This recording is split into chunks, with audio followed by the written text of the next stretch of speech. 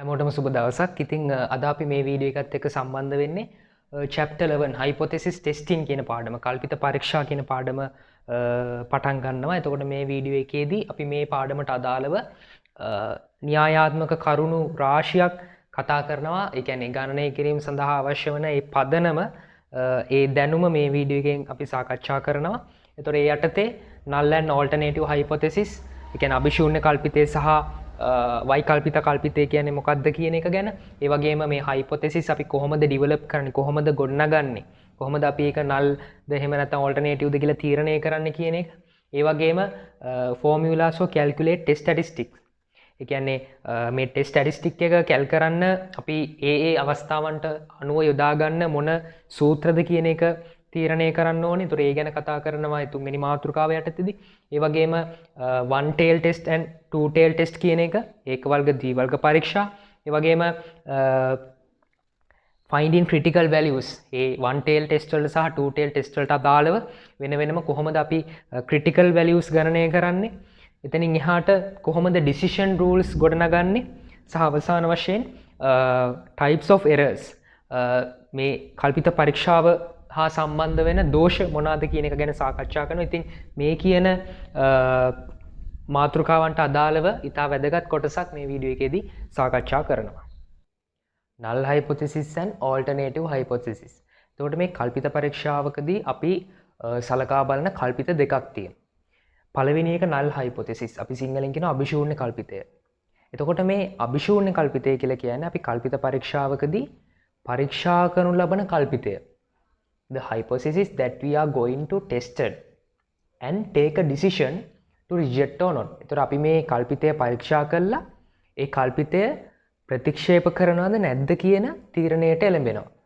එතකොට මේ කල්පිත පරීක්ෂාව කියන එකේ ප්‍රධානතම කල්පිතය වෙන්නේ null hypothesis එක. එතකොට ඒකේ අදහස වෙන්නේ ඒ කල්පිත පරීක්ෂාව ගණනය කිරීමට අදාළව අපි අවධානය යොමු කරන, අපි ફોකස් කරන, අපි රිජෙක්ට් කරනවද නැද්ද කියන එක තීරණය කිරීමට අදාළ වෙන්නා වූ කල්පිතය තමයි අභිශූන්‍ය කල්පිතය කියලා කියන්නේ. ඒක අපි H naught, capital H naught කියලා සංකේතවත් කරනවා. එතකොට alternative hypothesis, එහෙම නැත්නම් වෛකල්පිත කල්පිතය කියන්නේ මේ null hypothesis එකේ අනිත් පැත්ත. සරලව කිව්වොත් මේ null hypothesis එකේ අනිත් පැත්ත. එතකොට ඒකෙන් අදහස් වෙන්නේ මේ අභිශූන්‍ය කල්පිතය සිද්ධ නොවෙනවා නම්, එහෙම නැත්නම් අභිශූන්‍ය කල්පිතය අපි රිජෙක්ට් කරනවා නම් ඒ අවස්ථාවේදී සිද්ධ වෙනවා කියලා පිළිගන්න කල්පිතය තමයි මේ වෛකල්පිත කල්පිතය කියලා කියන්නේ. The other side of the null hypothesis, the hypothesis that will happen if null hypothesis doesn't happen.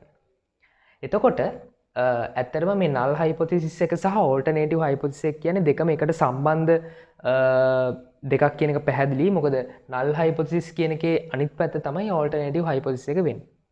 විශේෂම දේ තමයි අපි දැන් මේ කල්පිත ගොඩනැගීමේදී ඉදිරි ගණනය කිරීම වලදී අපිට සිද්ධ වෙනවා කල්පිත දෙක ඩිවෙලොප් කරන්න, ගොඩනගන්න. එතකොට අපිට සිද්ධ වෙනවා අභිශූන්‍ය කල්පිතය මොකද්ද, වෛකල්පිත කල්පිතය මොකද්ද කියන එක පැහැදිලිව වෙන් කරලා හඳුනා ගන්න.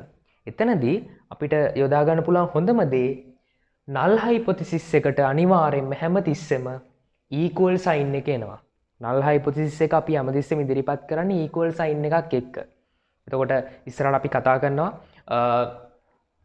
අතන තියෙනවා equal sign එක, එහෙම නැත්නම් අඩුයි හෝ සමානයි, එහෙම නැත්නම් වැඩි හෝ සමානයි. කෙසේ හෝ ඒ අපි hypothesis එක ඉදිරිපත් කරන්නේ අන්න අර equal sign එකත් ඇතුව. ඒතොර equal sign එකක් තියෙන hypothesis එක තමයි අනිවාර්යයෙන්ම null hypothesis එක වෙන්නේ. මෙන්න මේ සමාන ලකුණ, එහෙම නැත්නම් සමානයි හෝ අඩුයි, එහෙම නැත්නම් සමානයි හෝ වැඩි. ඒ වගේම අනිත් පැත්තට alternative hypothesis එකේදී කවදාවත් equal sign එක සඳහන් වෙන්නේ නැහැ.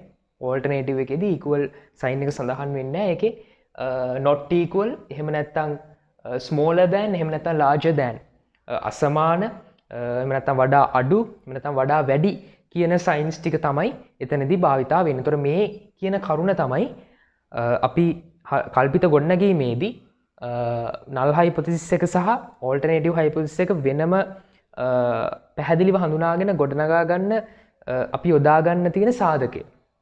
අපි බලමු කොහොමද යම් කිසි ප්‍රකාශයකට එහෙම නැත්නම් ගණනය කිරීමට අදාළව null hypothesis එක සහ alternative hypothesis එක අපි ගොඩනගන්නේ. මොකද අපි null hypothesis එක සහ alternative hypothesis එක ගොඩනගන්න ඕනේ ඒ ගාන එතනින් එහාට ඒ කල්පිත පරීක්ෂාව සිද්ධ කරන්න. හරියට අපි h0 කියන්නේ මොකද්ද h1 කියන්නේ මොකද්ද කියලා තීරණය කරේ නැත්නම් එතනින් එහාට සම්පූර්ණ ගණනය කිරීමම වැරදි.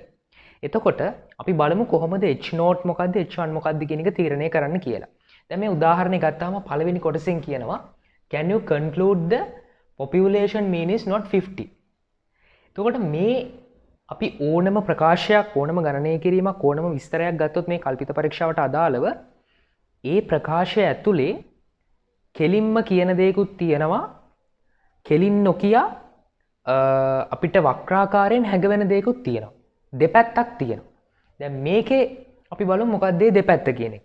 මේක එකක් තමයි මේකේ කෙලින්ම කියනවා population mean is not 50. population mean is not 50. ඒකේ අනිත් පැත්ත මොකක්ද එහෙනම්? population mean is 50. ඒතර එක පැත්තක් තමයි population mean is not 50. ඒක තමයි ඒගොල්ලෝ කියන්නේ. is not 50 කියන්නේ 50ට සමාන වෙන්නේ නැහැ කියන එක. ඒතර ඒගොල්ලෝ නොකියන අපිට මේකෙන් උකහා ගන්න පුළුවන් අනිත් පැත්ත මොකද්ද? ඒ තමයි මේකේ අනිත් පැත්ත. population mean is 50. එහෙම නැත්නම් population mean equals to 50. ඒතකොට මෙන්න මේ දෙක තමයි null hypothesis එකයි alternative hypothesis එක වෙන්නේ. හැබැයි අපි තාම දන්නේ නැහැ මේ දෙකෙන් null hypothesis එක මොකද්ද alternative hypothesis එක මොකද්ද. ඒක දැනගන්න පුළුවන් සරලම ක්‍රමේ කලින් මම null and alternative hypothesis පැහැදිලි කරද්දී කිව්වා අනිවාර්යෙන්ම සමාන ලකුණ සහිත ප්‍රකාශය තමයි null hypothesis එක වෙන්නේ. h0 වෙන්නේ සමාන ලකුණ ගෑවිලා තියෙන ප්‍රකාශය. ඒතර මේ දෙකෙන් සමාන ලකුණ ගෑවිලා තියෙන්නේ මේකේ. එහෙනම් අපිට මේක නම් කරන්න පුළුවන් h0. එහෙනම් අනිත් එක මොකද්ද? h1. පැහැදිලිද කතාව? අපි ඒක මේ උදාහරණයටත් ගමු. Can you conclude that population mean is greater than 50? greater than 50. ඒගොල්ලෝ කියනවා population mean එක greater than 50 ද කියලා නිගමනය කරන්න පුළුවන්ද කියලා අපෙන් අහනවා. ඒතකොට ඒ ප්‍රකාශය ඇතුලේ ඒගොල්ලෝ කියන දේ තමයි population mean is greater than 50. එතකොට අපිට ඒක ලියා ගන්න පුළුවන් mean එක greater than 50 50ට වඩා වැඩි. එතකොට ඒකෙන් නොකියන නමුත් අපිට තේරුම් ගන්න පුළුවන් අනිත් පැත්ත මොකද්ද? population mean is not greater than 50. population mean is not greater than 50. මේකෙන් කියන්නේ population එකේ mean එක සංඝාන මධ්‍යයනය 50ට වඩා වැඩි. ඒකේ අනිත් පැත්ත තමයි population mean එක 50ට වඩා අඩුයිද එහෙම නැත්නම් 50 හෝ 50ට වඩා අඩුයිද? අන්න එතන හොඳ පොයින්ට් එකක්. දැන් මේකෙන් කියන්නේ 50ට වඩා වැඩිනේ. ඒකේ අනිත් පැත්ත වෙන්නේ 50ට වඩා අඩුයි විතරක් නෙමෙයි. 50 හෝ 50ට වඩා අඩුයි. ඒතර අපි මේකේ අනිත් පැත්ත විදිහට ලියන්නේ 50ට වඩා අඩුයි හෝ 50. මොකද 50ට වඩා වැඩි කියන එකේ අනිත් පැත්ත විදිහට 50ට සමාන වීමත් ගන්න පුළුවන්. එතකොට 50ට සමාන වීම හෝ ඊට වඩා අඩු වීම තමයි 50ට වඩා වැඩි වීම කියන එකේ අනිත් පැත්ත. පැහැදිලි? එතකොට මේකේ සමාන ලකුණ තියෙන්නේ මොකද්ද කියලා බලනවා. මොකේද කියලා බලනවා. ඒ තියෙන්නේ මේකේ. එහෙනම් මේක තමයි h0 h1 වෙන්නේ mu විශාලයි 50. අන්න එහෙමයි මේක තීරණය කරන්න. අපි තව දුරටත් පැහැදිලි කරගමු. ඒතර ඊළඟ එකේ කියනවා can you conclude that population mean is less than 50? ඒගොල්ලෝ කියන එක තමයි කෙලින්ම ප්‍රකාශය ඇතුලේ දෙන එක තමයි population mean is less than 50. අපි ඒක ලියා ගමු මුලින්ම. ඒගොල්ලෝ කියන එක කිසි කතාවක් නැතුව අපි මුලින්ම ලියා ගන්නවා less than 50. right. එතකොට ඊළඟට අපි ලියා ගන්න ඕනේ ඒකේ අනිත් පැත්ත. එහෙම නැත්නම් මේකේ නොකියන අනිත් පැත්ත. ඒ තමයි population mean is not less than 50. not less than 50. ඒතර not less than 50 කියන්නේ greater than 50 විතරක් නෙමෙයි. equal වෙන්නත් පුළුවන්. ඒ කියන්නේ population mean එක 50ට වඩා අඩු වීම කියන එකේ අනිත් පැත්ත වෙන්නේ 50ට වඩා වැඩි වීම විතරක් නෙමෙයි 50 හෝ 50ට වඩා වැඩි වීම. මොකද මේ 50ට වඩා අඩු වීම කිව්වහම 50 වීම කියන එකත් එතන නෑනේ. ඒ නිසා අනිත් පැත්තට තමයි ඒකත් අයිති වෙන්න ඕනේ. එහෙනම් මේක මෙන්න මේ විදිහට අපි ලියන්න පුළුවන්. ඒතර මේකේ අදහස වෙන්නේ 50 හෝ 50ට වඩා වැඩි වීම. එතකොට ඒකෙත් අපි බලනවා දැන් ඔන්න ප්‍රකාශ දෙක ලියාගත්ත අපි බලන්න ඕන null එක මොකද්ද alternative එක මොකද්ද කියන එක. සමාන ලකුණ ගෑවිලා තියෙන කොතනද ඒක null. ඒකට සමාන ලකුණ ගෑවිලා තියෙන මේ දෙවෙනි ප්‍රකාශයේ ඒක අපිට H0 කියලා කියන්න පුළුවන්. එහෙනම් අනිත් එක H1.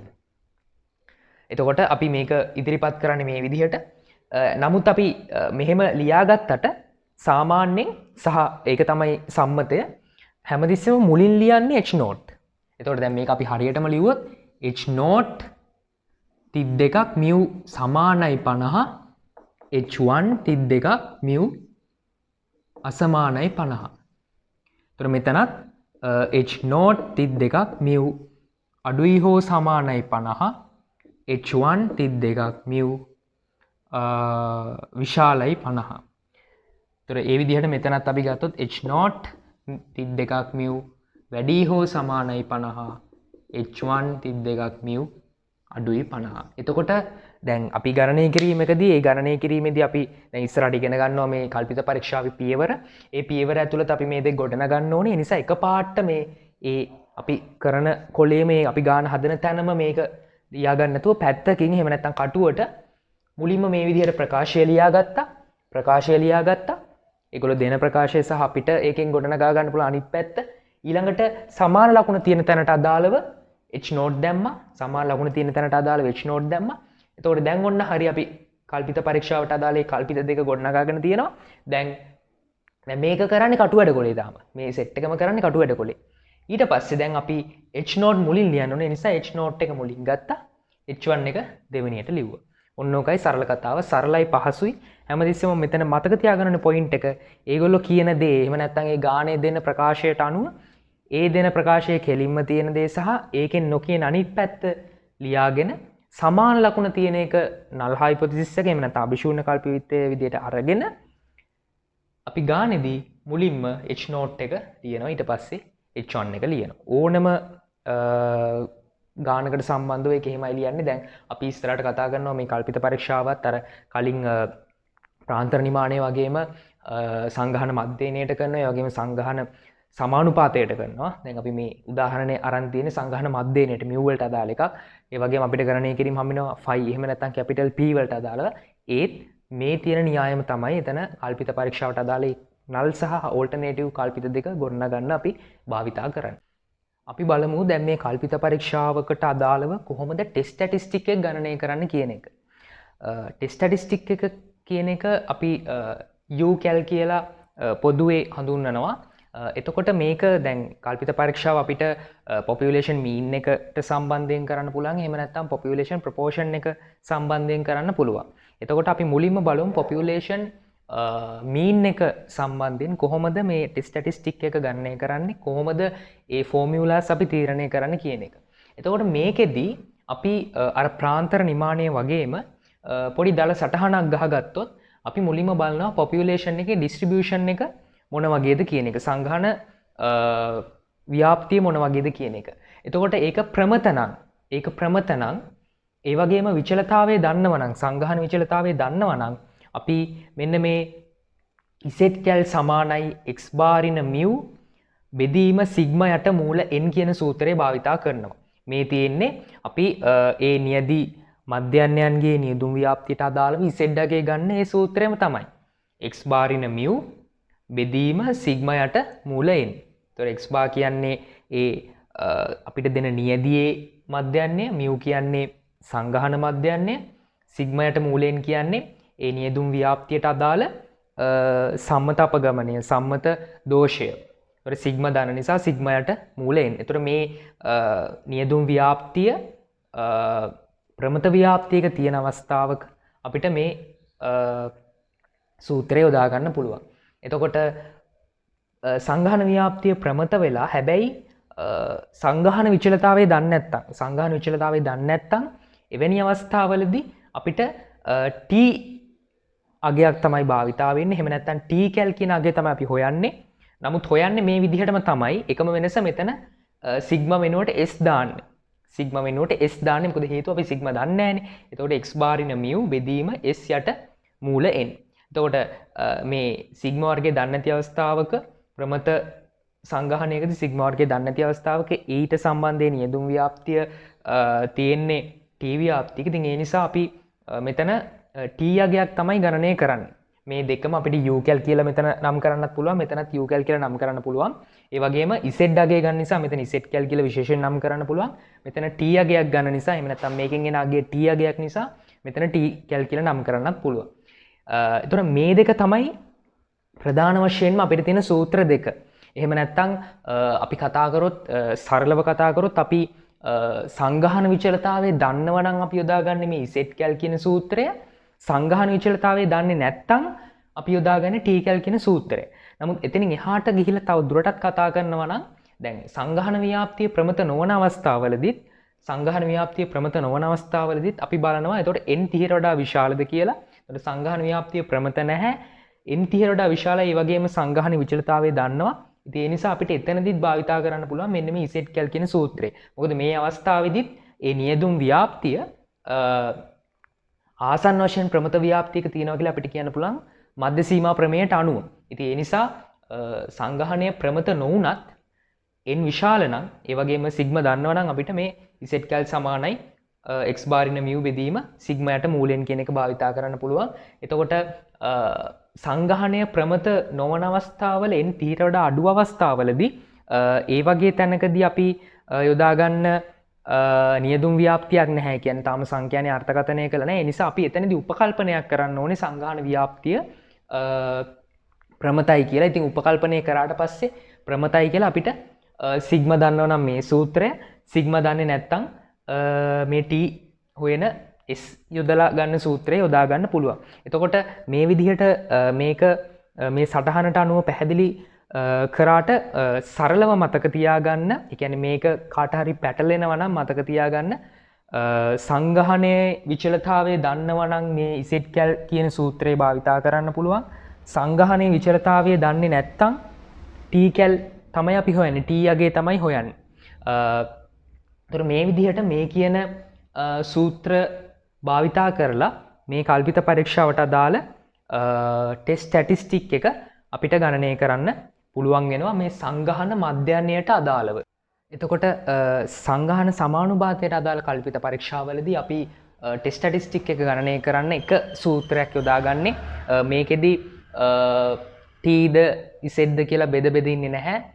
අපි අර කලින් ප්‍රාන්තර නිමානය පාඩම්වල කරා වගේම මේ සංගහන සමානුපාතයට ප්‍රපෝෂන් එකට එහෙම නැත්නම් p නෝට් එහෙම නැත්නම් කැපිටල් p කියන එහෙම නැත්නම් phi කියලා කියනවා.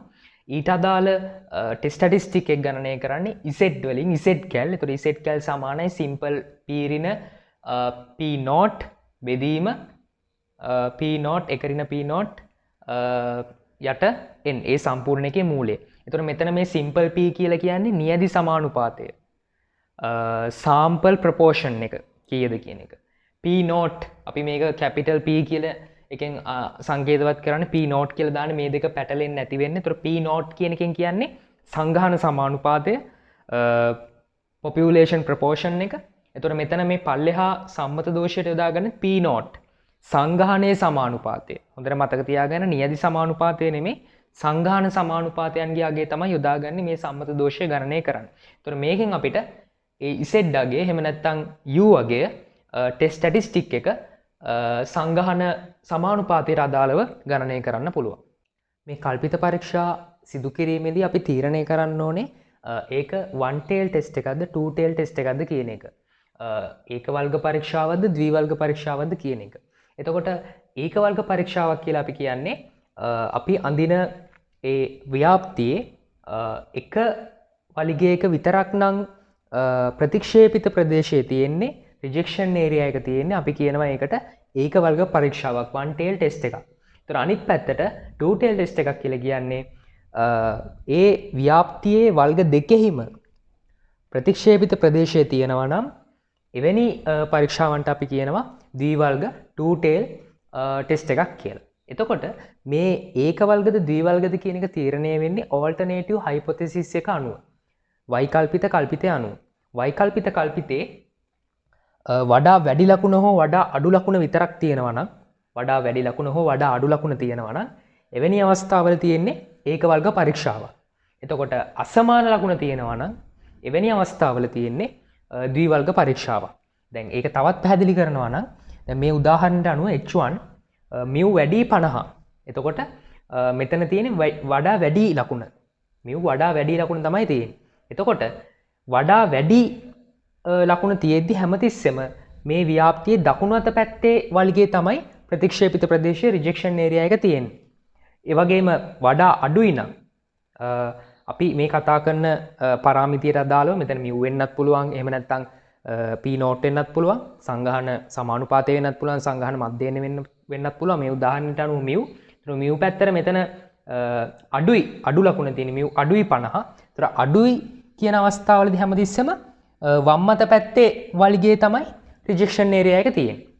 ඒතර 2tail ටෙස්ට් එකට ගියාම ඒකේ දෙපැත්තෙම තියෙනවා අසමාන අවස්ථාවලදී මියු අසමානයි 50 කියන අවස්ථාවලදී. එතකොට වම් අත පැත්තේ වලිගේ සහ දකුණු අත පැත්තේ වලිගේ කියන ඒ කොටස් දෙකේම රිජෙක්ෂන් ඒරියා එක තියෙනවා හරියට සමානව දෙකට බෙදලා තියෙනවා.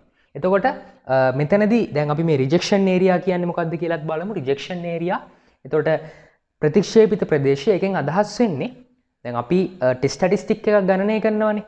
ඒ ගණනය කරන ටෙස්ට් ස්ටැටිස්ටික් එක මෙන්න මේ රිජෙක්ෂන් ඒරියා එක මත නම් තියෙන්නේ, මේ රිජෙක්ෂන් ඒරියා එකේ නම් තියෙන්නේ. එවැනි අවස්ථාවලදී අපි නල් හයිපොතෙසිස් එක එහෙම නැත්නම් අභිශූන්‍ය කල්පිතය ප්‍රතික්ෂේප කරනවා. එතකොට ඒ අභිශූන්‍ය කල්පිතය ප්‍රතික්ෂේප කිරීමට අදාළ වූ ප්‍රදේශයට අපි කියනවා රිජෙක්ෂන් ඒරියා එක කියලා. අපි ප්‍රතික්ෂේපිත ප්‍රදේශය කියලා. ඒතර ඒකේ අනිත් පැත්ත non rejection area එක. non rejection area කියලා කියන්නේ අභිශූන්‍ය කල්පිතය ප්‍රතික්ෂේප නොකිරීමට අදාළ ප්‍රදේශය. ඒතර අපි ගණනය කරන ඒ ටෙස්ට් ස්ටැටිස්ටික් එක මේ non rejection area එකේ ඇතුලේ නම් තියෙන්නේ. දැන් උදාහරණයක් විදිහට මේ ව්‍යාප්තියට අදාළව මෙන්න මෙතනින් මෙහාට තියෙන මෙන්න මේ ප්‍රදේශය නම් තියෙන්නේ. එහෙම නැත්නම් මේ ව්‍යාප්තිය මෙතනින් එහාට තියෙන ප්‍රදේශය නම් තියෙන්නේ. මේ 2tail ටෙස්ට් එකේ මේ හරි මැද නම් තියෙන්නේ, මේ අතර නම් තියෙන්නේ. එතකොට ඒ ඒරියා එක non rejection area එක. එතකොට ඒ ඒරියා එකට අදාළව නම් ඒ ටෙස්ට් ස්ටැටිස්ටික් එක ඇතුළත් වෙන්නේ. එතනදී අපි කතා කරන null hypothesis එක අපි රිජෙක්ට් කරන්නේ නැහැ. එතකොට මේ රිජෙක්ෂන් ඒරියා සහ non rejection area කියන එකේ වෙනස ඒකයි. අපි non rejection area එක හැමතිස්සෙම එකරින ඇල්ෆා කියන එකෙන් අදහස් කරනවා. ඒතර එකරින ඇල්ෆා කියන ප්‍රමාණයේ සම්භාවිතාවයක් තමයි non rejection area එකේ තියෙන්නේ. එතකොට one tail test එක මම කිව්වා එක පැත්තක විතරයි රිජෙක්ෂන් ඒරියා එක තියෙන්නේ. ඇල්ෆා ප්‍රමාණය තමයි ඒ පැත්තෙම සම්පූර්ණ සම්භාවිතාවය. මෙතනත් ඇල්ෆා, මේ ටිකත් ඇල්ෆා. නමුත් 2tail ටෙස්ට් එකට යද්දී ඒ රිජෙක්ෂන් ඒරියා එක දෙකට බෙදනවා කියලා මම කිව්වා. දෙපැත්තටම බෙදනවා, වලිගේ දෙපැත්තෙම තියෙනවා. එතකොට ඒ රිජෙක්ෂන් ඒරියා එකට අදාළ ඒ සම්භාවිතාවය හරියටම කොටස් දෙකකට බෙදෙනවා. ඇල්ෆා යට 2, ඇල්ෆා යට 2. ඒතර අපි බලමු ඉස්සරහට මොකද්ද මේ ඇල්ෆා කියන්නේ කියන එක. එතකොට සරලව මතක තියාගන්න one tail ටෙස්ට් එකක් කියලා කියන්නේ එක වලිගයක විතරයි රිජෙක්ෂන් ඒරියා එක තියෙන්නේ. 2tail ටෙස්ට් එකකදී වලිග දෙකෙහිම තියෙනවා. එතකොට රිජෙක්ෂන් ඒරියා එක කියලා කියන්නේ ඒරියා එකේදී null hypothesis එකට, ඒ කියන්නේ ටෙස්ට් ස්ටැටිස්ටික් එක ඒරියා එකට වැටුනොත් අපි null hypothesis එක රිජෙක්ට් කරනවා. non rejection area එක කියන්නේ ඒරියා එකට ටෙස්ට් ස්ටැටිස්ටික් එක වැටුනොත් අපි null hypothesis එක රිජෙක්ට් කරන්නේ නැහැ. පිට පරීක්ෂාවලදී අපි දැනගෙන ඉන්න ඕන තව වැදගත් දෙයක් තමයි critical value එක හොයන්නේ කොහොමද කියන එක. ඒතර මේ critical value එක අපි one tail test වලට එක විදිහකට හොයන්නේ, ඒ වගේම 2tail test එකට එක විදිහකට හොයන්නේ. අපි මුලින්ම බලමු one tail test වලට කොහොමද critical value එක හොයන්නේ කියන එක. එතකොට දැන් අපි අර මුලින්ම කතා කරා මේ සංගහන මධ්‍යයනයට අදාළව සිදු කරන කල්පිත පරීක්ෂාවලදී Z සම්බන්ධ වෙන අවස්ථාත් වෙනවා, T සම්බන්ධ වෙන අවස්ථාත් වෙනවා. ඒ නිසා අපි Z වලට සහ T වලට දෙකටම කොහොමද මේ critical value එක ගන්න කියන එක බලමු. දැන් අපි උදාහරණයක් විදිහට ගන්නවා H1 මියු වැඩි 50. ඒ වගේම ඇල්ෆා 0.05 කියලා ඇල්ෆා ගේකුත් දීලා තියෙනවා. රයිට්. එතකොට අපි මේ critical value එක ගනිද්දි මේක ඒ කියන්නේ සූත්‍රයකට දාලා ගණනය කිරීමක් නෙමෙයි තියෙන්නේ. අපි ඒ අදාළ ව්‍යාප්තිය ඇඳලා ඒකේ මේ කියන විස්තර ලකුණු කරලා වගුවෙන් බලලා තමයි මේ critical value එක ගන්නෙ. අපි ටෙස්ට් ස්ටැටිස්ටික් එක නම් අපි ඒ සූත්‍රය භාවිතා කරලා සුළු කිරීමක් කරන්නේ. නමුත් මෙතනදී අපි කරන්නේ සූත්‍රයක් යොදාගෙන සිදු කරන ගණනය කිරීමක් නෙමෙයි. රයිට්. දැන් අපි කිව්වා වන් ටේල් ටෙස්ට් වලදී ප්‍රතික්ෂේපිත ප්‍රදේශයේ තියෙන්නේ එක පැත්තක. එතකොට අපිට මේ වෛකල්පිතයේ තියෙන ලකුණ යොදාගෙන මේ ලකුණේ දැන් අපි තීරණය කරන රයිට් මේක මියු වැඩි. එහෙම නැත්නම් මෙතන මියු අඩුයි තිබ්බත් එක වන් ටේල් ටෙස්ට් එකක් ගන්නෙ. එතකොට මේ ඇල්ෆා කියන එක දෙකට බෙදෙන්නේ නැහැ. එතකොට ඒ අදාළ වම් පැත්තට හෝ දකුණු පැත්තට හෝ අපි ඒ තීරණය කරන වලිගයට අදාළ ප්‍රදේශයේ මේ සම්පූර්ණ ඇල්ෆා අගය එතන අපි දාන්න ඕනේ. රයිට්. එතකොට මේක මියු වැඩි 50. ඒ නිසා අපි දන්නවා දකුණු අත පැත්තේ තමයි ප්‍රතික්ෂේපිත ප්‍රදේශය තියෙන්නේ. දකුණු අත පැත්තේ.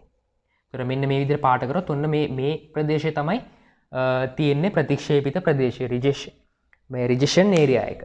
රයිට්. එතකොට මේ ඇල්ෆා කියලා කියන්නේ එතන සම්භාවිතාවය. මේ රිජෙක්ෂන් ඒරියා එකේ සම්භාවිතාවය ඇල්ෆා. එතකොට මෙතන මේ රිජෙක්ෂන් ඒරියා එකේ සම්භාවිතාවය 0.05යි. 0.05යි. දැන් අපි දැන් මේක අපි හිතමු ඇල්ෆාගේ 5යි කියලා දීලා තියෙන අවස්ථාවක තමයි මේ අපි ඇල්ෆා දශම ස්ථානයකට හරවගෙන. එතකොට මේ තියෙන සම්භාවිතාවය 0.05යි. රයිට්. එතකොට මේ ක්‍රිටිකල් වැලියු එක කියලා කියන්නේ මේ රිජෙක්ෂන් ඒරියා එකයි නන් රිජෙක්ෂන් ඒරියා එකයි වෙන වෙන තැනට අදාළ අගය. දැන් මෙතන ගත්තොත් මෙන්න මේ රේඛාවට අදාළ අගය තමයි මෙතන ක්‍රිටිකල් වැලියු එක වෙන්නේ. ඒතර අපි මේක මාක් කරනවා Z ඇල්ෆා කියලා. මේ Z ඇල්ෆා වලින් කියන්නේ මෙන්න මේ ක්‍රිටිකල් වැලියු එක. රයිට්. අපි Z ඇල්ෆා හොයන්නේ දැන් මෙතන Z ඇල්ෆා කියන්නේ Z 0.05. දැන් මේක අපි හොයන්නේ අර අපි ප්‍රමත ව්‍යාප්තියකදී Z අගය හොයන ආකාරයටම තමයි. දැන් මෙතන 0.05යි කියලා දන්නවා සම්භාවිතාවය. මේ එක පැත්තක් සම්පූර්ණයෙන් අපි දන්නවා 0.5යි කියලා. එතකොට මේ පැත්ත 0.05යි කියන්නේ අපි දන්නවා මෙතන අපිට එනවා 0.45. රයිට්. දැන් අපි වගුවට ගිහිල්ලා සම්භාවිත Z වගුවට ගිහලා සම්භාවිතාවය 0.45 කියන අගයට අදාළව Z අගය ගත්තොත් එතකොට මෙතනට එනවා 1.64. මෙන්න මේ 1.64 කියන අගය තමයි මේ ඇල්ෆා යටතේ මෙන්න මේ පරීක්ෂාවට අදාළ ක්‍රිටිකල් වැලියු එක වෙන්නේ. ක්‍රිටිකල් වැලියු එක වෙන්නේ. කියන්නේ මෙන්න මේ 1.64ට වඩා එහයින් නම් ටෙස්ට් ස්ටැටිස්ටික් එක තියෙන්නේ. එතනදී ඒක අවදි ප්‍රදේශයේ තියෙන රිජෙක්ෂන් ඒරියා එකේ තියෙන්නේ. එතකොට ඒක ඒ අභිශූන්‍ය කල්පිතය ප්‍රතික්ෂේප වෙනවා. ඒක මේ පැත්තේ නම් තියෙන්නේ. එතකොට අභිශූන්‍ය කල්පිතය ප්‍රතික්ෂේප වෙන්නේ නැහැ. ඒක අපි ගණනය කිරීම වලදී ඉස්සරහට බලමු. දැනට මේ ක්‍රිටිකල් වැලියු එක ගන්නෙ කොහොමද කියන එකයි වැදගත් වෙන්නේ. රයිට්. එතකොට අපි මේක වෙන් කරගත්තොත් මේ පාට කළ නැති ප්‍රදේශය කලින් කිව්වා වගේ නන් රිජෙක්ෂන් ඒරියා එක, පාට කරලා තියෙන ප්‍රදේශය රිජෙක්ෂන් ඒරියා එක. එතකොට ක්‍රිටිකල් වැලියු එක කියලා කියන්නේ මේ රිජෙක්ෂන් ඒරියා එකයි නන් රිජෙක්ෂන් ඒරියා එකයි වෙන වෙන තැන. රයිට්. එතකොට Z වලට අදාළව අපි ඒ කියන්නේ අපි මේ හදන්නේ Z දැන් ටෙස්ට් ස්ටැටිස්ටික් එකත් Z කැල් නම් අපි හොයන්නේ Z වලින් නම් හොයන්නේ. ඒතර ඒ අවස්ථාවේදී අදාළ අගය හොයන්නේ මෙහෙමයි. රයිට්. ඕක අපි T පැත්තට ගියොත් කොහොමද හදන්නේ? T වලට. ඒතර T වලට ගියාම අපි මේ විදිහටම ව්‍යාප්තිය අඳිනවා. T ව්‍යාප්තියත් මේ වගේම ව්‍යාප්තියක් මේ තරම් උස නැහැ. ඒ නිසා ඒක ටිකක් උසින් අඩුවට ඇන්දේ. එතකොට ඒක වල්ග. ඒතර එක පැත්තක තියෙන්නේ මියු 50ට වඩා වැඩි කියන්නේ. ඒතර අනිවාර්යෙන් මේ ව්‍යාප්තියෙත් දකුණු අත පැත්ත තමයි රිජෙක්ෂන් ඒරියා එක තියෙන්නේ. මේ පාට කරන රිජෙක්ෂන් ඒරියා එක. ඒතර රිජෙක්ෂන් ඒරියා එක තියෙන දකුණු අත පැත්තේ. එතන සම්භාවිතාවය කීයද? 0.05යි. 0.05යි. එතකොට දැන් අපිට මෙන්න මෙතන අගය තමයි හොයන්න ඕනේ. එතකොට අපි මේ අගය T 0.05 සහ n ඍණ 1. මොකද මේ T ව්‍යාප්තියත් එක්ක අපි ක්‍රිටිකල් වැලියු එක හොයද්දී ඇල්ෆා වගේම n ඍණ 1 කියන සාධකයක් බලන්න ඕනේ. ඒ නිසා එතකොට අපි එතනදී බලන්නේ T 0.05 සහ 14ට අදාළ වගුවේ ගිහිලා බලනවා ඒ අගයන්ට අදාළ T අගය කීයද කියන එක. දැන් මේකේ අපි මේ පැත්තේ සම්භාවිතාවය අරගෙන ඒ සම්භාවිතාවට අදාළ අගය එහෙම නෙමෙයි ගන්නෙ. මොකද T වගුවේ තියෙන්නේ ඒ වගුව ඇතුලේ තියෙන්නේ අදාළ T අගයන්. එතකොට දැන් මේක ඒක වර්ග පරීක්ෂාවක්. දැන් T distribution එකට ගියාම තියෙනවනේ කොටස් දෙකක් level of significance for one tail test, level of significance for two tail test. ඒතර මේක one tail test එකක්. එතකොට මෙතනදී අපි බලන්න ඕනේ level of significance මේ alpha one tail test කියන මාතෘකාවට අදාළව. එතකොට alpha 0.05 අපි බලනවා level of significance for one tail test. මුලින්ම තියෙන මාතෘකාවට අදාළව. එතකොට 0.05 right. ඊළඟට අපි බලනවා ending එක කියන්නේ 14යි. එතකොට 14ට ගියාම 0.05 14ට දාලා ගේ වෙන්නේ 1.761. එතකොට මෙතනට අදාළ critical value එක 1.761. right. එතකොට T ආශ්‍රයෙන් නම් අපි alpha සහ ending එක කියන මේ සාධක දෙකම බලලා T වගුවෙන් ඒ අදාළ critical value එක ගන්නවා. එතකොට එතනත් මේ පැත්තේ තියෙන්නේ rejection non rejection area එක මේ 0.05 කියන්නේ rejection area එක. එතකොට දැන් මේක අපි මේ උදාහරණයේ අනිත් පැත්තට ගත්තොත් ඒ කියන්නේ අපි හිතමු mu අඩුයි 50ට වඩා කියලා. එහෙනම් මේ rejection area එක මේ පැත්තේ මෙන්න මෙතනට එනවා. මේ පැත්තට එනවා. Z අගේ මොකද වෙන්නේ? Z අගේ ඍණ වෙනවා. අපි ඒක ඇඳලම පෙන්නුවොත් මේක අපි හිතමු mu අඩුයි 50. එතකොට rejection area එක තියෙන්නේ මේ පැත්තේ නෙමෙයි. rejection area එක තියෙන්නේ මෙන්න මේ පැත්තේ. මේ පැත්තේ තමයි 0.05ක් තියෙන්නේ. එතකොට මේ සම්පූර්ණ පැත්තෙම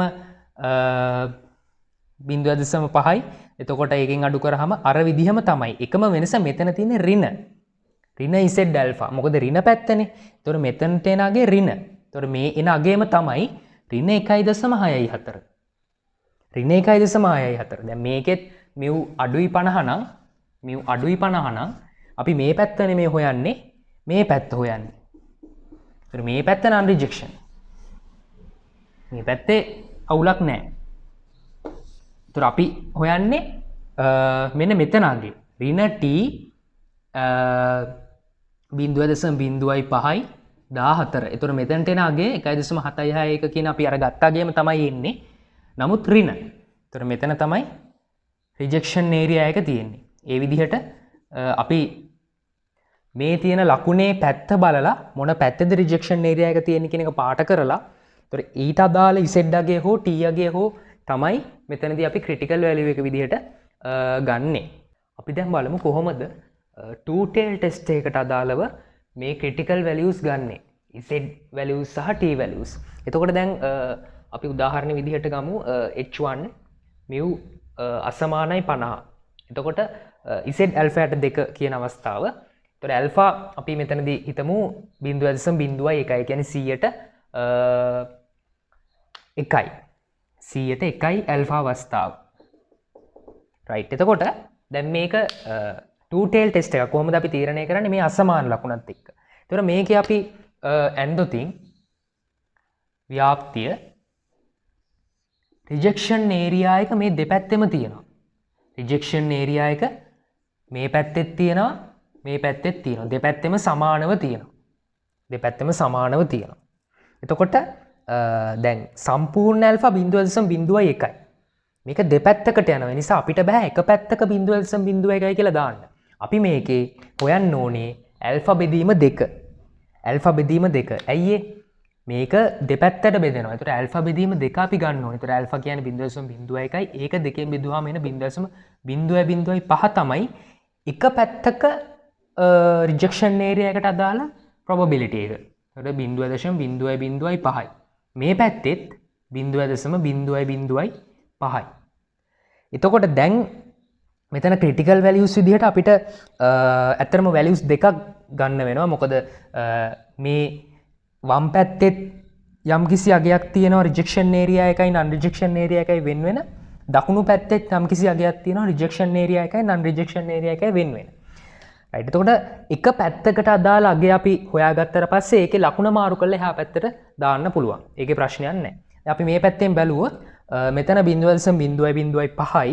එතකොට මේ සම්පූර්ණ පැත්ත 0.5යි. ඒකෙන් 0.05ක් අඩු කරාම අපිට ලැබෙන අගේ තමයි ගන්න වෙන්නේ. කියන්නේ මෙතන සම්භාවිතාවය 0.495යි. දැන් අපි වගුවෙන් බලනවා 0.495ට අදාළ Z අගය කීයද? කියන්නේ සම්භාවිතාවය 0.495ට අදාළ Z අගය කීයද? ඒතර අපිට එනවා 2.5යි 8ක් විදියට ගන්න පුළුවන්. 2.5යි 8ක්. ඒතර මේ අපි හොයන්නේ Z alpha යට 2. ඒතර මෙතන අගය 2.5යි 8යි. ඒතර මේ පැත්තෙත් තියෙන්නේ මේ අගයමනේ. මොකද හේතුව මෙතන 0.05ම තමයිනේ. මෙතන තියෙන්නේත් එහෙනම් ඒ අගයම තමයි. එහෙනම් මීට අදාළ අගය වෙන්නේ Z alpha යට 2 මේ පැත්ත ඍණ. මේක ඍණ කියලා දාන්න ඕනේ. එතකොට මේකට අදාළ අගය වෙන්නේ කීයද? ඍණ 2.5යි 8. මේ අගේම ලකුණ මාරු වෙනවා. එතකොට මෙතන ඍණ ඇල්ෆා යට 2 සමානයි ඍණ 2.5යි 8. ධන ඇල්ෆා යට 2 සමානයි 2.5යි 8. එතකොට මේ දෙක අතර තමයි non rejection area එක තියෙන්නේ. මේ තියෙන්නේ non rejection area එක. non rejection area. මේ දෙපැත්තේ තියෙන්නේ rejection area. rejection area. right. එතකොට අපි මොකද කරේ? මේක අපි දැනගත්ත two tail test එකක් කියලා අසමාන ලකුණ තියෙන නිසා එතකොට අනිවාර්යෙන් මේ alpha එක කොටස් ඒ කියන්නේ දෙපැත්තට සමානව බෙදලා යනවා. ඒ නිසා alpha දෙකට බෙදුවා. ඒ අගයන් දෙපැත්තට දාගත්තා. එතකොට එක පැත්තක අගයට අදාළව අපිට Z අගය හොයාගන්න පුළුවන්. ඒ Z අගයේ ලකුණ මාරු කරලා එහා පැත්තේ critical value එක හොයාගන්න පුළුවන්. Z වල සම්බන්ධයේදී. එතකොට T පැත්තට ගියාම T වලින් නම් අපේ මේක හදන්න තියෙන්නේ. එතකොට T ව්‍යාප්තිය ඇඳා T ව්‍යාප්තිය. එතකොට මේකෙත් වෙනසක් නැහැ. දෙපැත්තේ තමයි rejection areas තියෙන්නේ. rejection areas දෙපැත්තේ තියෙන්නේ. එතකොට alpha 0.01යි අර වගේම දෙකට බෙදෙනවා. දෙකට බෙදෙනවා 0.01 දෙකට බෙදුවාම 0.05යි. එතකොට මේ පැත්තත් 0.05යි මේ පැත්තත් 0.05යි. දැන් මේකෙදී අපිට බෑ මේකෙන් මේක අඩු කරලා ඒක බල එහෙම නෙමෙයි. T ව්‍යාප්තිය අපි හොයන්නේ ඇල්ෆා බෙදීම 2 සහ n ඍණ 1ත් එක්ක. එතකොට මෙතනට එන්නේ අපි කියනවා T ඇල්ෆා යට 2, n ඍණ 1. මෙතනට එන්නේ ඍණ T ඇල්ෆා යට 2, n ඍණ 1. එහෙමයි අපි ලියන්නේ. ඍණ T ඇල්ෆා යට 2, n ඍණ 1. මේ පැත්තේ T ඇල්ෆා යට 2, n ඍණ 1. එතකොට දැන් මෙතන අපි දන්නවා T ඇල්ෆා යට 2 ඇල්ෆා යට 2 කියන්නේ 0.05යි n ඍණ 1 කියන්නේ n කියන්නේ අපි මෙතන n අගේ දාගමුකෝ 20යි කියලා. එතකොට 20 එකක් ගියාම 19යි. ඒතර මෙතන T 0.05 n ඍණ 1 කියන්නේ 19යි. ඒතර මීට අදාළ අගය තමයි අපි වගුවෙන් බලන්නේ. මීට අදාළ අගය. එතකොට අපි බලනවා දැන් මෙතනදී අපි tail දෙකක් තියෙනවා. ඒතකොට අපි බලන්නේ level of significance of two tail test. දැන් මේක මතක ඇති ප්‍රාන්තර නිමානයේදීත් අපි කරා level of significance of two tail test. පොත tail දෙකක් තියෙනවා. එතකොට එතනින් අපි බලන්නේ සම්භාවිතාවය මෙන්න මේ 0.05 නෙමෙයි. අපි බලන්නේ මේ සම්පූර්ණ alpha ගේ 0.01. මොකද ඒගොල්ලෝ පැහැදිලිවම කියලා තියෙනවා level of significance of two tail test. ඒ නිසා අපි බලන්න ඕනේ 0.01 කියන තීරුව. ඒතර 0.01 කියන තීරුවට අදාළව n ඍණ 1 කියන්නේ df කියන්නේ degrees of freedom කියන්නේ 19යි. ඒතර 19ට අදාළ අගය 0.01 සහ 19ට අදාළ අගය 2.861. ඒතර අපිට ලැබෙන t අගය තමයි මේ පැත්තේ ඍණ 2.861 මේ පැත්තේ ධන 2.861. ඍණ 2.861 ධන 2.861. එතකොට තව කාට හරි පුළුවන් මේක level of significance one tail test කියන එකනුත් ගන්න. හැබැයි එතනදී උඩ ඒ සම්භාවිතාවය මෙන්න මේ 0.05 කියන එක තමයි බලන්න ඕනේ. ඒතර 0.05ට අදාළව 19 ගත්තාම ඒ එන්නේ 2.861. ඒතර ඒ t වගු ආශ්‍රයෙන් මේ critical values හොයද්දී ඒ දෙකෙන් එක ක්‍රමයක් අනුගමනය කරන්න. මොකද පළවෙනි ක්‍රමය තමයි level of significance of two tail test කියන මාතෘකාවට අදාළව බලන එක. ඒතොර ඒකෙදි මේ උඩ තියෙන ඇල්ෆා ගේ විදිහට අපි සලකන්නේ සම්පූර්ණ ඇල්ෆා ගේ. එතකොට අනිත් ක්‍රමය තමයි level of significance of one tail test කියන තැන. ඒතොර එතනදී අපි මේ two tail test එකට ගියාම ඒ level of significance of one tail test එකෙන් අපි බලනවා නම් එතකොට මෙන්න මේ දෙකට බෙදුවාම එන අගය වෙන 0.05ට කියන තීරුවට අදාළව තමයි එතනදී ගන්න. නිසා පටල ගන්න එපා. ඒ දෙකම මතකේ තියාගන්න අවශ්‍ය වෙන්නේ නැහැ. Tamanට ලේසි ක්‍රමයක් අනුගමනය කළා මේ critical values t වගු ආශ්‍රයෙන් ගන්න. එතකොට මෙතනදී මේ අනිවාර්යෙන් මතක තියාගන්න අසමාන අවස්ථාවක දෙපැත්තටම එනවා. එතකොට එක පැත්තක අගේ අපි හොයාගෙන ඒකේ ලකුණ මාරු කරලා අනිත් පැත්තට critical value එක විදිහට ගන්න පුළුවන්. මේ තීරණ රීති කියන එකත් ඉතාමත් වැදගත් මේ කල්පිත පරීක්ෂාව ගණනය කිරීම වලදී. එතකොට ඒ decision rules උත් one tail test වලට එක විදිහකට two tail test විදිහකට තව විදිහකට තමයි apply කරන්න වෙන්නේ. අපි බලමු one tail test වලට. එතකොට මෙතනදී z සහ t වලට අදාළව කොහොමද මේ decision rules ගොඩනගන්නේ කියන එක බලමු. අපි අර කලින් ගත් උදාහරණයම ගමු. h1 mu වැඩි 50. එතකොට මෙවැනි අවස්ථාවල දැන් අපි කලින් කතා කරා අර rejection area එක එන විදිහ. එතකොට මේකේ සම්මත ප්‍රමත ව්‍යාප්තිය ඇන්දොත් rejection area කියන්නේ දකුණු පැත්තේ. මොකද ඒකට හේතුව මේ mu වැඩි කියන එක තමයි තියෙන්නේ ලකුණ. එතකොට දැන් මෙතනට අදාළව alpha තියෙනවා. ඒ වගේම අපි කලින් කතා කරපු විදිහට මෙතනට z alpha යට 2 කියන අගය ලැබෙනවා. ඒ කියන්නේ critical value එක විදිහට z alpha කියන අගය ලැබෙනවා. මොකද එක පැත්තක විතර තියෙන නිසා alpha දෙකට බෙදෙන්නේ නැහැ. right. එතකොට decision rule එක කියලා කියන්නේ අපිට ලැබෙන අපි ගණනය කරන test statistic එක සහ මේ අපි හොයාගන්න critical value එක අතර තියෙන සම්බන්ධතාවය මත තීරණය කරන රීතියක්.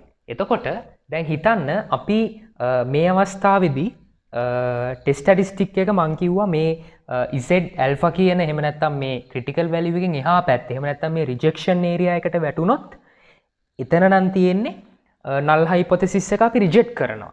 එතකොට අපි මේ decision rule එක ලියන්නේ මේ null hypothesis එක reject කරනවා කියන තැන. ඒ කියන්නේ මේ null hypothesis එක අපි reject කරන්නේ කොහොම වුණොත්ද කියන එක තමයි මේ decision rule එකෙන් කියන්නේ. එතකොට මෙතන decision rule එක විදිහට අපිට ලියන්න වෙන්නේ දැන් අපිට හොඳටම පේනවා මේකේ ටෙස්ට් ස්ටැටිස්ටික් එක. ඒ කියන්නේ අපි ගණනය කරන ඒ අගය මෙන්න මේ අගයට වඩා වැඩි වුණොත්නේ මේක මේ රිජෙක්ෂන් ඒරියා එකට එන්නේ. අපි සරලව හිතමු මෙතන අගය අපිට ලැබෙනවා 1.96ක්. අපි ගණනය කරන z අගය z cal එහෙම නැත්නම් u cal කියන එක අපිට ලැබෙනවා 2ක්. එතකොට ඒ කියන්නේ ඒ අගය වැටෙන්නේ මෙන්න මේකට. කියන්නේ මේ හරිය තමයි ඒ අගය තියෙන්නේ 1.96ට වඩා වැඩි අගයක්. එතකොට එහෙම වුණොත් අපි null hypothesis එක reject කරනවා. ඒතර අපි මේ decision rule එක ලියන්නෙම reject h not if. ඒ කියන්නේ null hypothesis එක reject කරන්න මොකක් වුණොත්ද? දැන් තමයි decision rule එක අපි ගන්නෙ. decision rule එක තමයි u cal. u cal කියන්නේ අපි ගණනය කරපු test statistic එක. එහෙම නැත්නම් මෙතනට අදාළව අපිට z cal කියලා ලියන්නත් පුළුවන්. z cal මොනවා වුණොත්ද z alpha-ට වඩා මේ critical value එකට වඩා u cal මොනවා වුණොත්ද h not reject කරන්නේ. ඒතර මේ අවස්ථාවේදී නම් වැඩි වුණොත් අපි ගණනය කරන එක මේ z alpha-ට වඩා වැඩි වුණොත් අපි මේක ප්‍රතික්ෂේප කරනවා. දැන් උදාහරණයට අපි ගත්තේ මෙතන අපි ගණනය කරපු වගේ 2යි කියලා. ඒ කියන්නේ u cal 2යි. එතකොට හොඳට මතක තියාගන්න මේ ඒක වර්ග පරීක්ෂාවලදී වැඩි අගයක් ඒ කියන්නේ වැඩි සලකුණ තිබ්බොත් ඒ අදාළ පැරාමීටර් එකට දැන් මෙතන නම් mu වැඩි. එතකොට මේ වගේ අවස්ථාවකදී අපි රිජෙක්ට් කරන්නේ හැමතිස්සෙම z cal අපේ ගණනය කරන critical value එකට වඩා වැඩි වුණොත් ඒක තමයි අපි මෙතන decision rule එක විදිහට ලියන්නේ. u cal වැඩි z alpha reject h not if u cal larger than z alpha.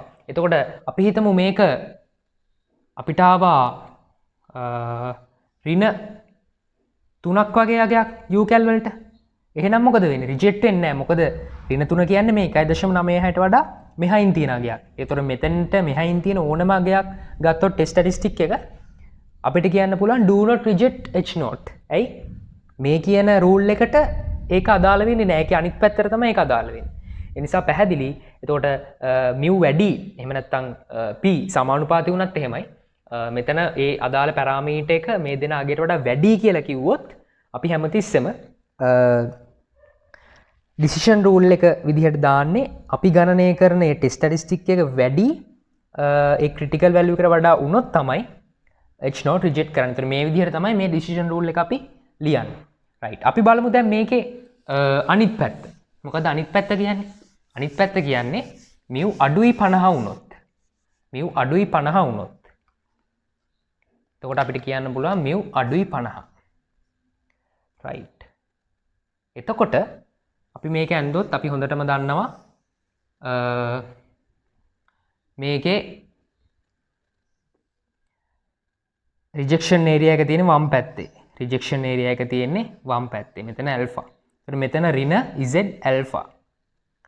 Right. එතකොට මේ වගේ අවස්ථාවලදී අපි කොහොමද h not කල්පිතේ රිජෙක්ට් කරන්නේ? එතකොට රිජෙක්ට් කරන්න නම් මෙන්න මේ අගයට වඩා අඩු අගයක් වෙන්න ඕනේ. මොකද ඍණ පැත්තෙන් මෙහාට යනවා කියන්නේ තව ඒ අගේ වඩා අඩුයි කියන එක. يعني මෙතන අගයට වඩා මේ හරිය තියෙන අගයක් කියන්නේ ඉලක්කම විදිහට ලොකු වුණාට ඍණ යන්න අඩුයිනේ. ඒ නිසා එතකොට මෙතනදී ඩිසිෂන් රූල් එක විදිහට අපිට ගොඩනගන්න වෙන්නේ අපි කලින් කිව්ව එකේ අනිත් පැත්ත. එතකොට ඩිසිෂන් රූල් එක වෙන්නේ reject h not if u cal එහෙම නැත්නම් අපි කියනවා z cal අඩුයි ඍණ z alpha. මේක තමයි ඩිසිෂන් රූල් එක. කියන්නේ අපි ගණනය කරන ටෙස්ට් ස්ටැටිස්ටික් එක මේ ක්‍රිටිකල් වැලියු එකට වඩා අඩු වුණොත් තමයි මෙතනදී අපි h not රිජෙක්ට් කරන්නේ. දැන් ඒක අපි ඇඳලා බැලුවොත් දැන් අපි හිතමු මෙතනට අපිට ආපු වගේ ඍණ 1.9යි අපිට ලැබෙනවා ටෙස්ට් ස්ටැටිස්ටික් එක එහෙම නැත්නම් u cal ඍණ 2.56ක් විදියට. ඒතර මේක තියෙන්නේ මේ පැත්තේ රිජෙක්ෂන් ඒරියා එකේ.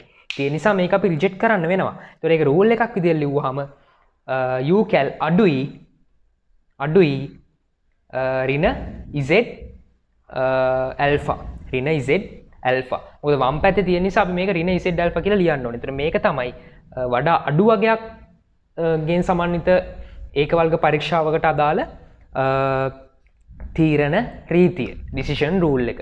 එතකොට මේකෙදි අපි හිතමු මේ u cal තිබ්බා කියලා මේකට එහා පැත්තේ මේ හරිය තිබ්බා කියමු අපි හිතමු ඍණ 0.5ක් වගේ. එහෙනම් ප්‍රතික්ෂේප වෙන්නේ අපි h not ප්‍රතික්ෂේප කරන්නේ නැහැ. ඒකට හේතුව මේ රීතිය එතනදී තෘප්ත වෙන්නේ නැහැ. මේකේ අනිත් පැත්ත තමයි වෙන්නේ. එතකොට h not අපිට රිජෙක්ට් නොකර ඉන්න පුළුවන්. මේ පැත්තේ තිබ්බොත් h not රිජෙක්ට් වෙනවා. රයිට්. අපි යන් t එක පැත්තට. එතකොට t එකේදී ඒ වගේම ඒ කතාවම තමයි තියෙන්නේ. එතකොට දැන් අපි උදාහරණයක් විදිහට මේ උදාහරණයම ගත්තොත් h1 mu අපි මුලින් කතා කරමු වැඩි 50 කියන එක. රයිට්. එතකොට අපි මෙහෙම ඇඳහම t එකේ දකුණු අත පැත්ත තමයි පාට වෙන්නේ. මොකද ඇල්ෆා තියෙන දකුණු අත පැත්තේ. ඇල්ෆා තියෙන දකුණු අත පැත්තේ. එතකොට මෙතන අපිට ලැබෙන්නේ t alpha n ඍණ 1 කියන අගය. t alpha n ඍණ 1 කියන අගය. එතකොට මෙතනදිත් අපි ගණනය කරන ටෙස්ට් ස්ටැටිස්ටික් එක මේ t alpha n ඍණ 1 කියන මේ ක්‍රිටිකල් වැලියු එකට වඩා එහායින් තිබ්බොත් තමයි h not කල්පිතේ රිජෙක්ට් කරන්න පුළුවන් වෙන්නේ. එතකොට ඩිසිෂන් රූල් එක විදිහට අපි ලියන්නේ කොහොමද? reject h not if u cal මම කිව්වා u cal කියන්නේ අපි පොදුවේ අපි ගණනය කරන ටෙස්ට් ස්ටැටිස්ටික් එක හඳුන්වන නම. ඒතර මෙතනදී අපිට ඕන නම් t cal කියලා ලියා ගන්නත් පුළුවන්. u cal එහෙම නැත්නම් t cal වැඩි t alpha n ඍණ 1ට වඩා. u cal වැඩි t alpha n ඍණ 1ට වඩා. ඒතර මෙහෙම වුණොත් තමයි අපි මේක රිජෙක්ට් කරන්න. අපි හිතමු මෙතනට අපිට ලැබෙන t අගය 1.756ක්. ඒතර අපිට අපි ගණනය කරන t අගය සූත්‍රය භාවිතයෙන් අපිට ලැබෙනවා u cal විදිහට 2.5ක්. ඒතර මේක මේකෙන් එහා තියෙන. එහෙනම් මේක මේ රීතියට අනුව ප්‍රතික්ෂේප වෙනවා. h not කල්පිතේ ප්‍රතික්ෂේප වෙනවා. එතකොට ඒක එතන නැතුව මෙහායින් තිබ්බොත් මෙතනින් මෙහා ඕනම අගයක තිබ්බොත් අපි හිතමු ඍණ 5.36 කියලා. එතකොට ප්‍රතික්ෂේප වෙන්නේ නැහැ. do not reject. මොකද හේතුව මේ කියන රීතිය මෙතනදී තෘප්ත කරන්නේ නැහැ. ඒතර මේ රීතිය තෘප්ත කරොත් තමයි අපි h not කල්පිතේ රිජෙක්ට් කරන්නේ. ඒතර අපි මේකෙම ආයි අනිත් පැත්ත අරගෙන බලමු. ඒ කියන්නේ වඩා අඩු වගයක් තිබ්බොත් කොහොමද කියන එක ඒකෙත් අර විදිහටම තමයි න්‍යාය. එතකොට අපි ලිව්වොත් mu අඩුයි 50 mu අඩුයි 50 mu අඩුයි 50. එතකොට අඩුයි කියන්නේ අනිවාර්යෙන්ම වම් පැත්තේ තමයි රිජෙක්ෂන් ඒරියා එක තියෙන්නේ. වම් පැත්තේ රිජෙක්ෂන් ඒරියා එක තියෙන්නේ. එතකොට අපි ලියනවා ඍණ t alpha n ඍණ 1. මෙතන ක්‍රිටිකල් වැලියු එක ඍණ. ඒ නිසා ඍණ කියලා ලියන්න ඕනේ. එතකොට දැන් මෙතන ඩිසිෂන් රූල් එක වෙන්නේ reject h not if. දැන් මේ අගයට වඩා අඩු වගයක් අපි කැල්කුලේට් කරපු වගේ ආවොත් ටෙස්ට් ස්ටැටිස්ටික් එක ආවොත් තමයි රිජෙක්ට් කරන්න වෙන්නේ. මොකද මේකට වඩා අඩු වගයක් වුණොත් මේ රිජෙක්ෂන් ඒරියා එකේ ඒ අගේ පිහිටන්නේ. එහෙනම් අපි ලියන්න පුළුවන් u cal එහෙම නැත්නම් t cal අඩුයි ඍණ t alpha n ඍණ 1. මේ ඍණ කියන එක ලියන්න ඕනේ. ඍණ කියන එක ලියන්න ඕනේ. මෙතනත් මේ අපි z වලදීත් මේ පැත්ත ගණන ඍණ කියන එක ලියන්න ඕනේ. ඒකට හේතුව දැන් අපි ඍණ කියන එක අමතක කරොත් එතන අදහස් වෙන්නේ මේ ධන t alpha n ඍණ 1 කියන්නේ මෙන්න මෙතනට වඩා වැඩි වුණොත් මේක ප්‍රතික්ෂේප කරනවා කියලා. නෑනේ. දැන් මේ අවස්ථාවේදී මෙතනට වඩා වැඩි වුණොත් ප්‍රතික්ෂේප කරන්නේ නෑනේ. මේ අවස්ථාවේදී ප්‍රතික්ෂේප කරන්නේ මෙන්න මේ පැත්තේ තියෙන මෙන්න මේ අගයට වඩා අඩු වුණොත්. ඒතර මේ අගයෙන් එහා පැත්තේ ඕනම අගයක් ගත්තොත් ඒක ප්‍රතික්ෂේප කරන්නේ නෑ. එතකොට මේ අපි ගණනය කරන ඍණ t alpha n ඍණ 1ට වඩා අඩු අගයක් අඩු ඍණ අගයක් ආවොත් තමයි මේ රූල් එකට අනුව අපි h not කල්පිතය ප්‍රතික්ෂේප කරන්නේ. එතකොට දැන් අපි කතා කරා one tail test එකට අදාළව කොහොමද මේ තීරණ රීති decision rules මේ z සහ t වලට අදාළව. එතකොට අපි ඒකම කතා කරමු මේක two tail test එකක් වුණොත්. two tail test එකක් වුණොත්. මොකද one tail test එකක් වුණොත් එක විදිහකට decision rule එක යන්නේ. ඒ වගේම two tail test එකක් වුණොත් තව විදිහකට decision rule එක තීරණය කරන්න වෙන්නේ. ඒ නිසා ඒ අවස්ථා දෙකේදීම අපි දැනගෙන ඉන්න ඕනේ කොහොමද decision rule එක ගොඩනගන්න කියන එක. මොකද decision rule එක අනුව තමයි අපි කියන්නේ අපි h not කල්පිතය reject කරනවද reject කරන්නේ නැද්ද කියන එක. right. එතකොට two tail test එකේදී අපිට z alpha නෙමෙයි z alpha යට 2. මෙතන t alpha නෙමෙයි t alpha යට 2 n ඍණ 1. right. අපි h1 කල්පිතයට h1 කල්පිතයට ගමු mu අසමානයි 50. mu අසමානයි 50. දැන් අපි මේ ව්‍යාප්තිය ඇඳුතින් අපි දන්නවා හොඳටම පැහැදිලි රිජෙක්ෂන් ඒරියා එක දෙපැත්තටම එනවා. රිජෙක්ෂන් ඒරියා එක දෙපැත්තටම එනවා ඇල්ෆා බෙදීම 2. මේ පැත්තෙත් ඇල්ෆා බෙදීම 2. මැද තමයි non rejection area එක තියෙන්නේ. එතකොට මේකෙදී තියෙන තත්ත්වය තමයි දැන් අපි ගණනය කරන ටෙස්ට් ස්ටැටිස්ටික් එක මේ තියෙන පොයින්ට් එකෙන් එහාට ගියත් රිජෙක්ට් වෙනවා. මෙන්න මේ පොයින්ට් එකෙන් මෙහාට ආවත් රිජෙක්ට් වෙනවා. ඒ කියන්නේ ධන z ඇල්ෆා යට 2 කියන අගයට වඩා එහාට ගියත් රිජෙක්ට් වෙනවා. ඍණ z ඇල්ෆා යට 2 කියන අගයට වඩා මෙහාට ආවත් රිජෙක්ට් වෙනවා. එහෙනම් මේක රිජෙක්ට් නොවෙන්නේ මෙන්න මේ ඍණ ඇල්ෆා යට 2 සහ ධන ඇල්ෆා යට 2 කියන අගයන් දෙක අතර තිබ්බොත් තමයි රිජෙක්ට් නොවෙන්නේ. right. එතකොට අපි මේක ඩිසිෂන් රූල් එක ලියන්නේ මෙන්න මේ විදිහට. එතකොට දැන් කලින් one tail test එකේ නම් එක පැත්තක් ගැන විතරයි අපිට කියන්න තියෙන්නේ. නමුත් මෙතනදී පැති දෙකක් ගැන අපිට කතා කරන්න තියෙනවා. ඒ කියන්නේ මේක මෙතනින් එහාට ගියත් රිජෙක්ට් වෙනවා, මේක මෙතනින් මෙහාට ගියත් රිජෙක්ට් වෙනවා. ඒ කියන්නේ අඩුම තරමේ ඒ කියන්නේ මේ දෙකෙන් එක පැත්තකට ගියත් රිජෙක්ට් වෙනවා. ඒ නිසා අපි මෙතනදී decision rule එක ලියන්නේ reject h not if. මේ h not reject කරන්නලු හොඳට බලා ගන්න u cal එහෙම නැත්නම් z cal වැඩි z alpha යට 2. u cal වැඩි z alpha යට 2. ඉවර නෑ තාම. ඕක එකක්. ඒතර මේකෙන් අදහස් වෙන්නේ මෙතනින් එහාට ගියොත් මෙතනින් එහා ගයක් නම් ලැබුණේ ටෙස්ට් ස්ටැටිස්ටික් එක විදිහට රිජෙක්ට් කරන්න. ඔන්න ඊළඟ පාර්ට් එක. මෙතනින් මෙහාට ආවත් රිජෙක්ට් කරන්න. u cal අඩුයි ඍණ z alpha යට 2.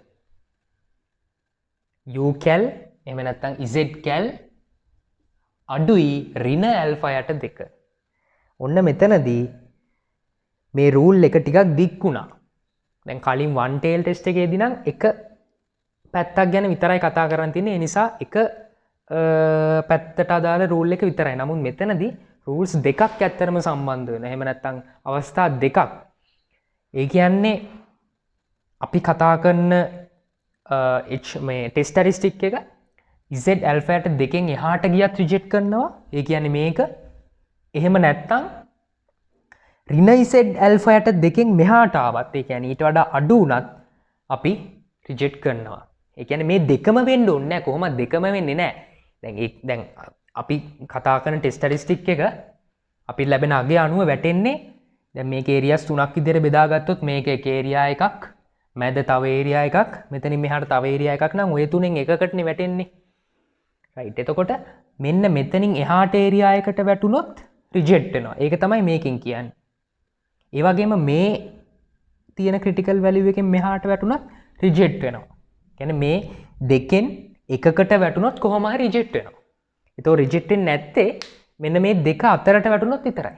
ඒ නිසා මෙතන රිජෙක්ෂන්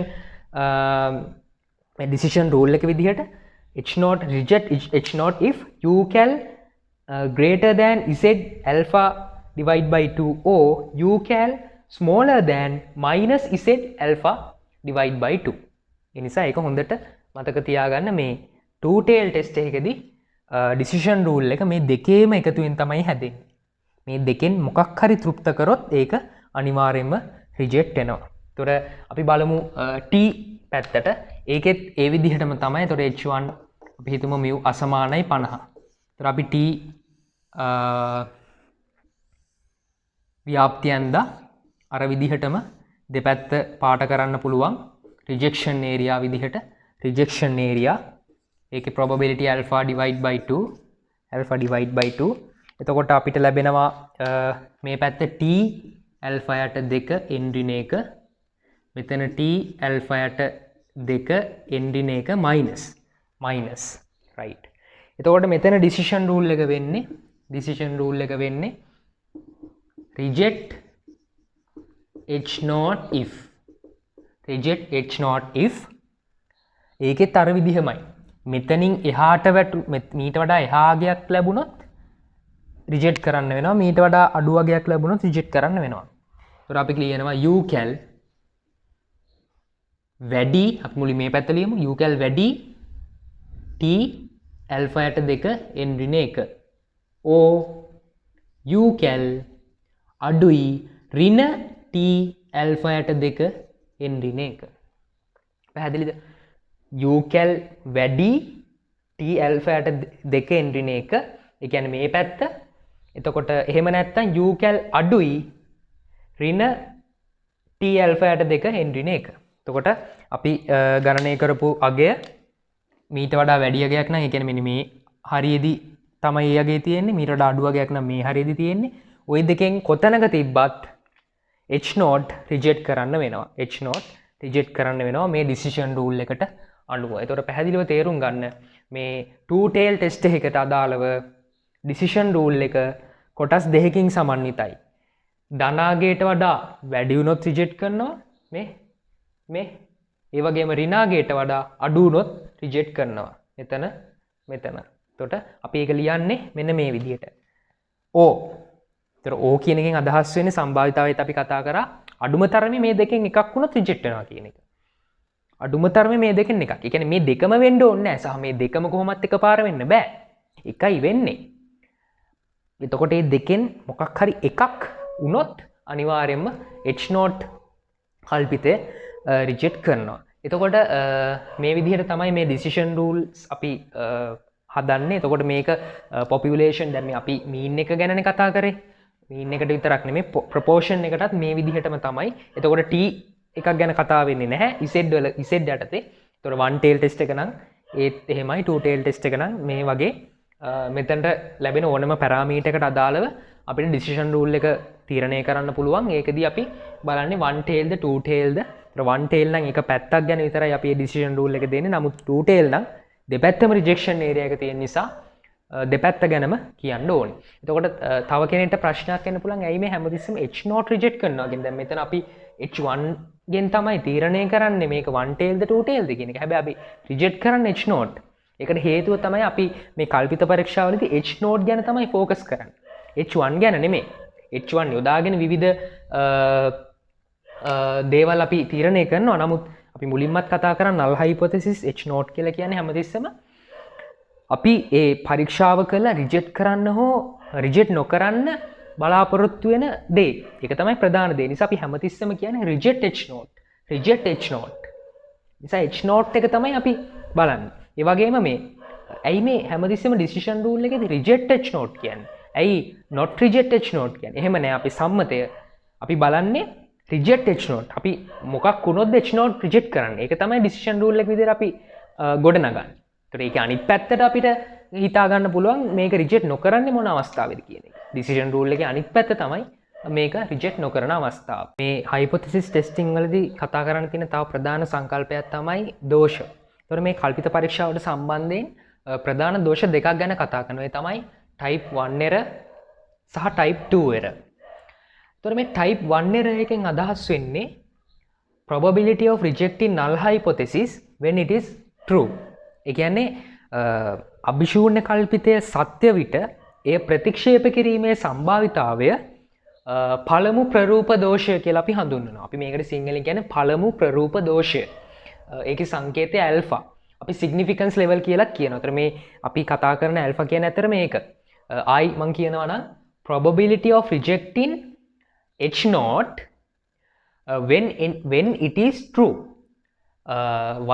අභිශූන්‍ය කල්පිතය එහෙම නැත්නම් h not සත්‍යයයි තියෙන අවස්ථාවක එය ප්‍රතික්ෂේප කිරීම පළමු ප්‍රරූප දෝෂය නම් වේ. type 1 error.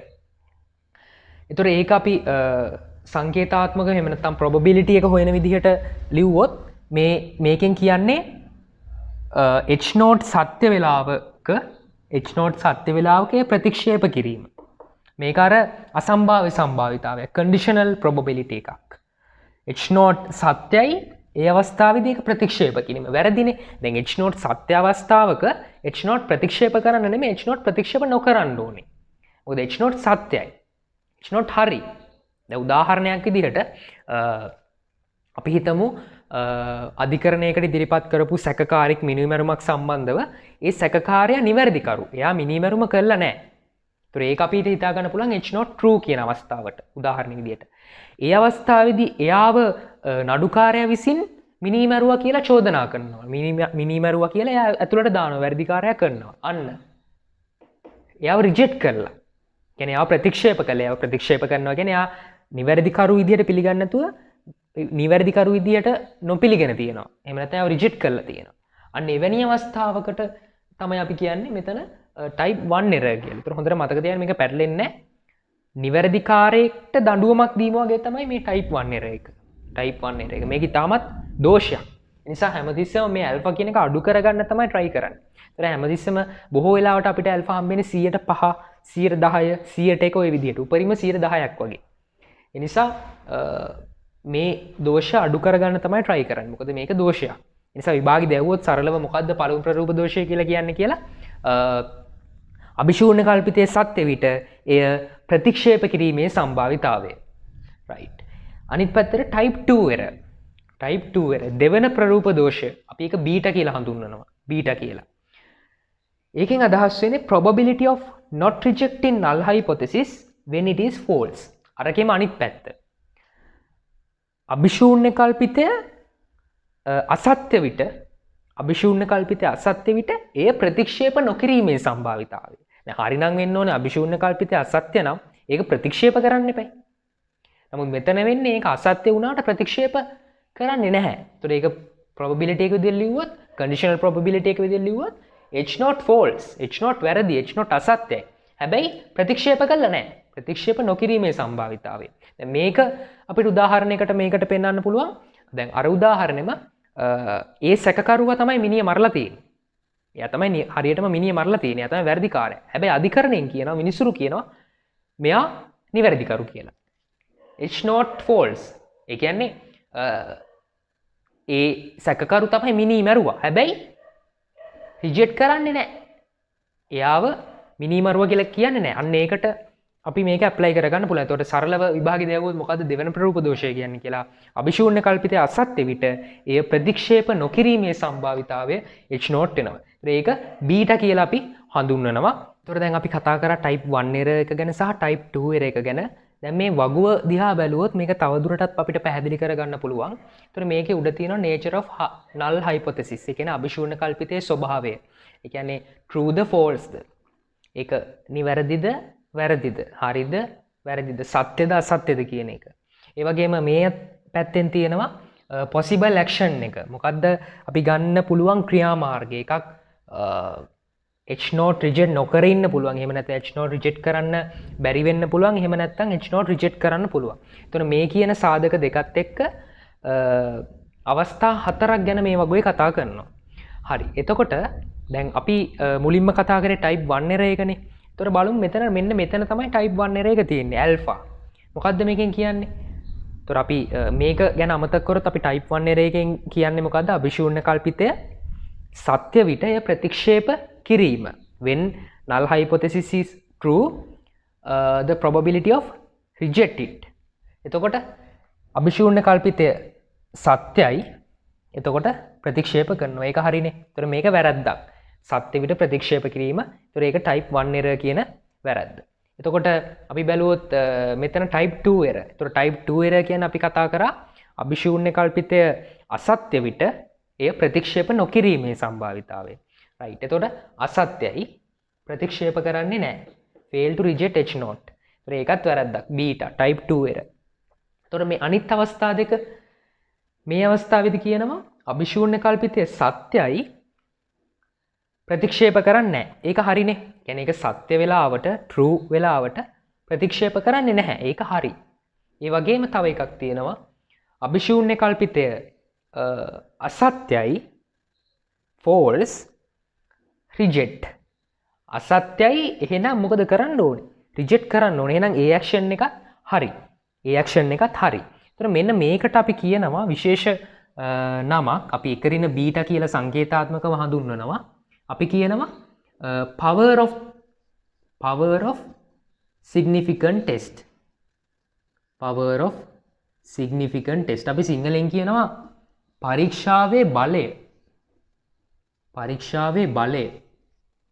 power of significant test. 1 minus beta. මොකද මේ දෙකේම එකතු එකයි. එතකොට මේක බීටා මේක 1 minus beta. එතකොට දැන් අපිට මේ වගු ආශ්‍රයෙන් තියරි ප්‍රශ්න අහන්න පුළුවන්. අපි කතා කරමු type 1 error කියන්නේ මොකද්ද? type 2 error මොකද්ද?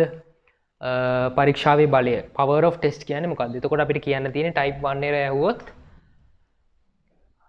අභිශූන්‍ය කල්පිතය අසත්‍ය විට එය ප්‍රතික්ෂේප type 1 error ඇහුවොත් අභිශූන්‍ය කල්පිතය සත්‍ය විට එය ප්‍රතික්ෂේප කිරීමේ සම්භාවිතාවය. එතකොට type 2 error කියන්නේ අභිශූන්‍ය කල්පිතය අසත්‍ය විට එය ප්‍රතික්ෂේප නොකිරීමේ සම්භාවිතාවය. පරීක්ෂාවේ බලය එකරින බීටා කියන්නේ අභිශූන්‍ය කල්පිතය අසත්‍ය විට එය ප්‍රතික්ෂේප කිරීමේ සම්භාවිතාවය. එතකොට මේකට අපි විශේෂයෙන් නමක් කියන්නේ නැහැ. ඒ කියන්නේ අභිශූන්‍ය කල්පිතය සත්‍ය විට එය ප්‍රතික්ෂේප නොකිරීමේ සම්භාවිතාවයට. එතකොට ඒක දැන් මේක ඇල්ෆා නම් අපිට කියන්න පුළුවන් මේක එකරින ඇල්ෆා කියලා. right. එතකොට සාමාන්‍යයෙන් ඇල්ෆා කියන එක අඩු කරගන්න තමයි try කරන්නේ. මම කිව්වා ඇල්ෆා කියන එක අඩු කරගන්න. එතකොට ඒ අතරේ එකරින බීටා වැඩි කරගන්න තමයි බලන්නේ. එකරින බීටා වැඩි කරගන්න. එකට ලං කරගන්න තමයි බලන්නේ. මොකද එකරින බීටා වැඩි කරගන්නවා කියන්නේ බීටා අඩු වෙනවා. ඒතර සාමාන්‍යයෙන් ඇල්ෆා කියන එක අඩු කරගන්නත් එකරින බීටා වැඩි කරගන්න. ඒ කියන්නේ බීටා අඩු කරගන්නත් ආයි සමරියක් විදිහට කිව්වොත් සරලව කිව්වොත් මේ type 1 error එකයි type 2 error එකයි අඩු කරගන්න තමයි හැමතිස්සෙම try කරන්නේ. ඒ අතරින් type 1 error එක තමයි වැඩිම අවධානයක් යොමු කරන්නේ.